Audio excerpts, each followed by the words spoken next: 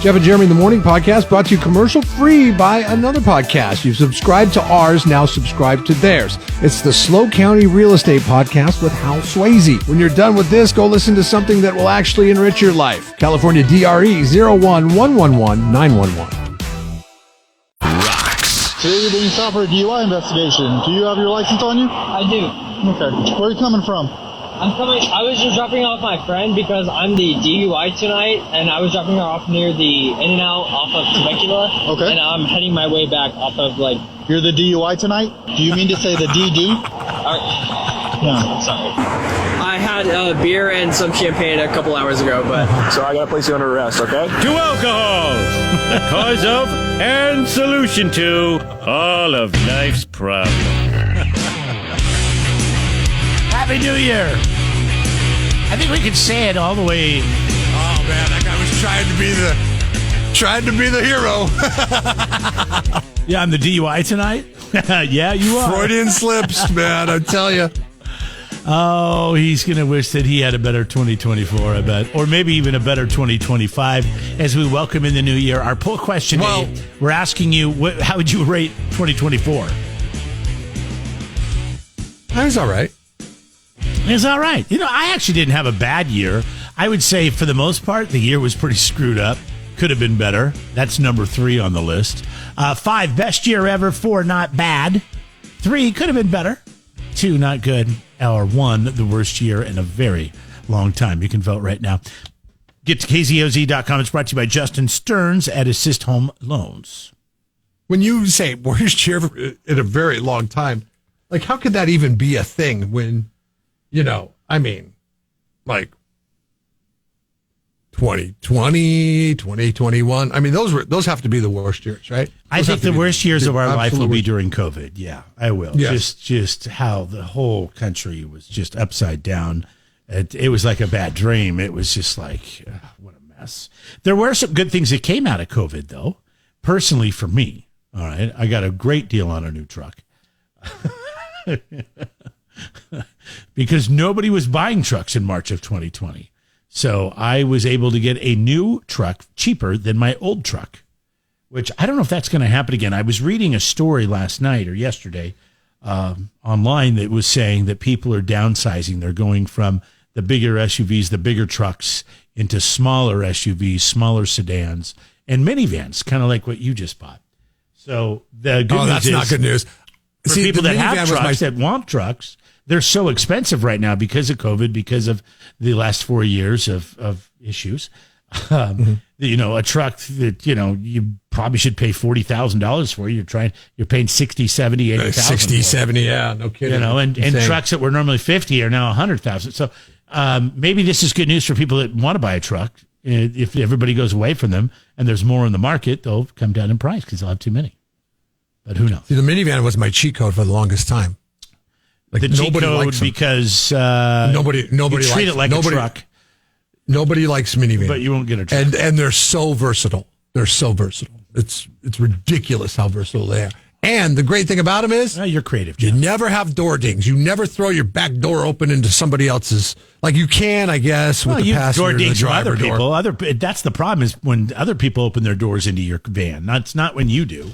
I don't think only when my wife parks it. And the reason why is because she drives a regular car, she drives this. So she thinks that when she's in a spot all the way. Well, she does not, accounting for the extra 3-4 feet the fact of is, car. She drives a very, very small car. Yeah, I'm surprised she didn't get rid of that thing. That thing's always having problems. These Italian-made cars. But they're fake problems. It's always like, it says the airbags aren't working, but then you take it in and test it, and the airbags are working. And then, so it's the little car that cries wolf. Wolf, yeah, it's a liar. Liar. And so it's like the other day it said the brake light was out. So I get out and I check it and I'm like, no, the brake light's working fine. And then one of these times the brake light's going to be out and it's going to cause an accident. That would be enough for me to trade it in or sell it. I'm done with this car before. Yeah, we're getting that one. That one's next. I have been known to do this, and I'm not proud of it, but that's a versatile car too. I had I had a truck once, and it was having all kinds of problems. I bought the extended warranty. It was a third party, like an aftermarket warranty. Don't ever do that. It was the biggest bunch of BS ever. Went to the local dealership where I bought it, and they're like, listen, I'm really sorry, but this is a third party thing. You got to deal with them. And so I finally said, fine, I'm not going to deal with it. So I went to another dealership, traded it on a new one, and then let it be somebody else's problem. Wow. So look at you. Anybody who has a black 2007 Avalanche, well, it's probably not running anymore. 89,000 miles on it. Luckily, they've moved on too, and they've passed it on to being somebody else's problem. I would imagine it's down at the bottom of the wharf in Santa Cruz. It's at the end of the wharf. Yeah. Today on the show, Black Flag coming to the Siren on the 23rd. We've got your tickets. That's next Thursday, by the way. So hang on for that. That's coming up today, 9:40 if you know the show. 93.3 KZOZ rocks. Jeff and Jeremy in the morning. I watched the most painful thing yesterday while I was at work. I had it on, Windows. Windows are great. Windows is the greatest invention ever as far as operating systems, because you don't have to have, you could have 6 different things open on the thing. So I sized up a window to YouTube to be what it is, and it could be my picture-in-picture. And I watched it, and it was like Chinese water torture, dude. It was. I know what you're talking about. It was worse. It was worse than any. I'm like, dude, are they gonna give her a break at all? I just felt so bad yesterday. We're ready to move forward. It was the simplest thing you can watch, because it's basically just people spouting off numbers of votes for the Electoral College. The sad thing was, every single time a state had to be announced, the protocol of the House was that they'd hand Kamala Harris because she was vice president. That's the thing, I guess. Yes, the vice president. Remember, the vice president's job. What's his face did 4 years ago, and Trump didn't want him to do it. Right. And so, Mike Pence. And so, now Vice President Harris had to sit there as they certified him with every state. And not just sit there. Each state would come up, hand her the results. Then she would hand it over to the people at the podium down below her.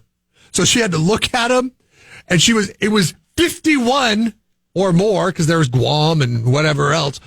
Constant reminders that over the course of an hour through this protocol, listen to this. Madam President, the certificate of the electoral vote. And by the way, Madam President is not a reference to Kamala Harris. It is a reference to the Electoral College. Gotcha. I don't know who the president of the Electoral College is, but she is a she. Madam President, the certificate of the electoral vote of the state of Georgia.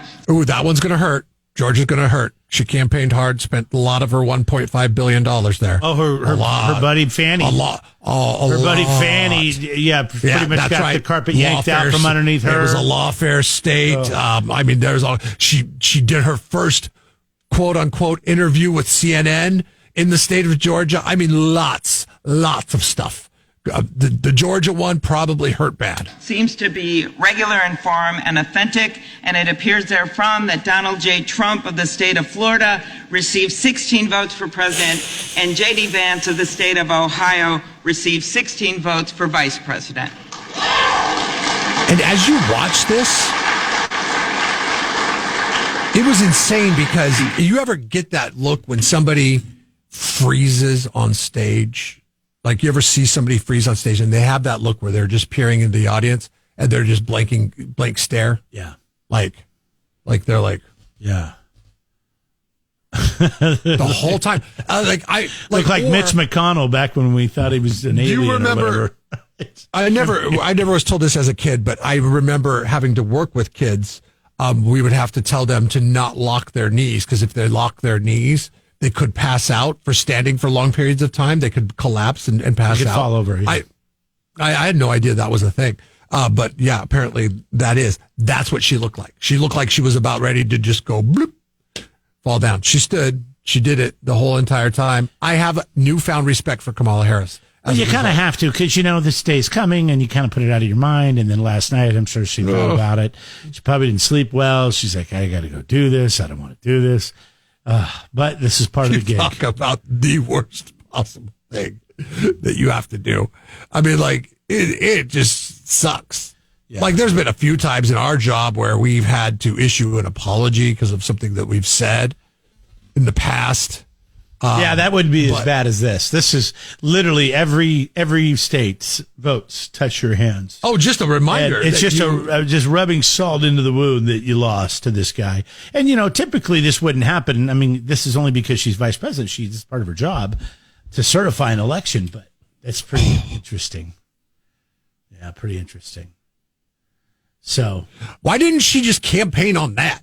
Or say, hey, listen, okay, I have to certify this election. I would really like to certify myself, because have you ever been through an embarrassing thing where you lose an election and you have to hand over a 51? If she would have explained it to me, I would have been more sympathetic and I may have voted for her. I think if she would have explained anything, somebody may have voted for her. Like, listen, you don't understand what it's going to be like having to hand over north of 50 different envelopes over the course of an hour and a half and sit there and listen to the results. Like, I wouldn't wish that on my worst enemy. Please give me your vote. It's like if you got fired from your job, but you had to be there on the day that they brought in the new guy. And you had to be in every room and go around with the guy as he's getting trained, as he's meeting all of his new, fellow employees. And you had to be there and almost hold his hand. It's very odd, but it's an old tradition. And they did her dirty. I mean, I'm gonna go on the record, and I think the Democratic Party did her dirty. They knew they couldn't win with Joe, not in his cognitive state. By the way, more on cognitive state in just a little bit. But not Joe Biden's, just old people in general. Sorry, old people. Go poop. But what's that? No, it has nothing to driving. It has something to do with driving. Well, if they poop before they drive, they'll drive a little better. That was what the test showed. We learned that yesterday. Yes, we learned that yesterday. Poop before you drive, old people. I think that's a rule anyways when you're older. I'm driving somewhere, I got to poop. It's like when you're a little kid. You go potty before you leave the house. Do you go potty? And when you get old, do you go potty? Yeah. But they did her dirty. They're like, you have to act like you support Joe Biden and that there's nothing wrong with him. And then when it became clear that there was clearly something wrong with him, they're like, okay, your turn, kid. Good luck. They slap her on the back. And by the way, how come you never said anything? Because nobody's buying the fact that you didn't know there was something going on with him. Yeah, they did do her dirty. How do you say, yes, I've lied for the last 3 3/4 years? I mean, here's an idea. Don't lie. Jeff and Jeremy in the morning. So a new study has been released, and it is astonishing the amount of seniors that could be driving while cognitively impaired. Apparently they did not take the poop beforehand. Or maybe they did take the poop and it's a cognitive issue. I mean, as you get older, it happens. It's nothing that you can really combat. So Brigham and Women's Hospital found that there are 48 million licensed drivers over the age of 65. Of those 48 million licensed drivers over the age of 65, 17% of them experience some degree of cognitive impairment.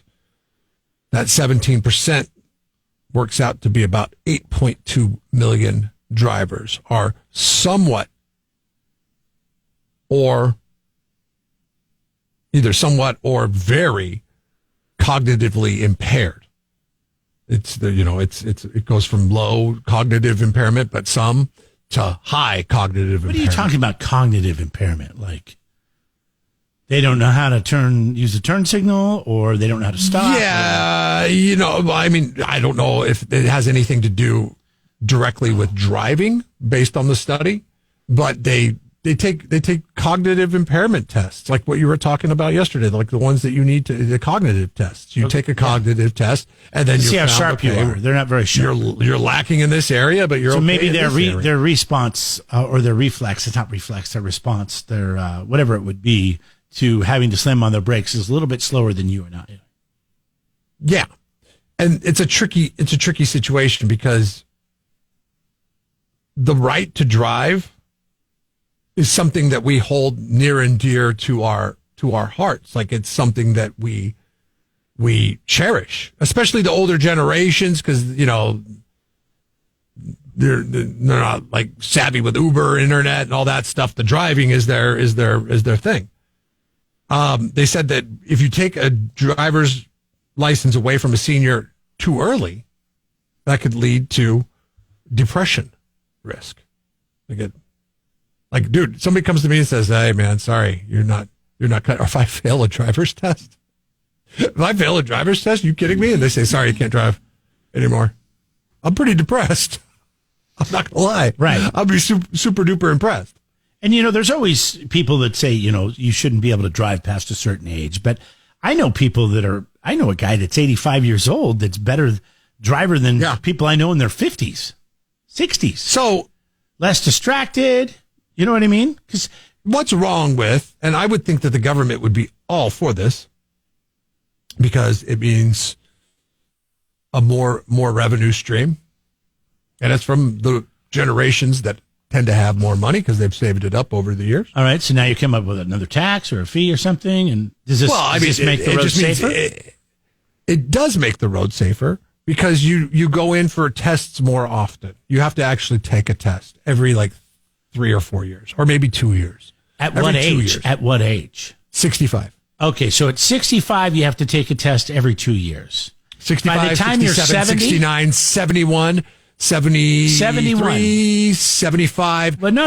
I think we could do better. I want to build on what you've got. So maybe 65, you take one if 70, and you get 5 years. You take a test at 65, you don't have to take another one until 70. But then once you hit 70, now every 2 years you have to take a test. And once you hit 75, 77, now you have to take a test every year. I don't think it's a bad plan. I think it's a really good plan because you're asking. They're retired anyways, and they're not doing impatient, grumpy people. Go take a test. Yeah. You're asking impatient, grumpy people to jump through a hoop. Yeah. And once they realize like when you can't do something anymore, you realize it. You just keep trying and kind of like ignoring the fact that you could do it.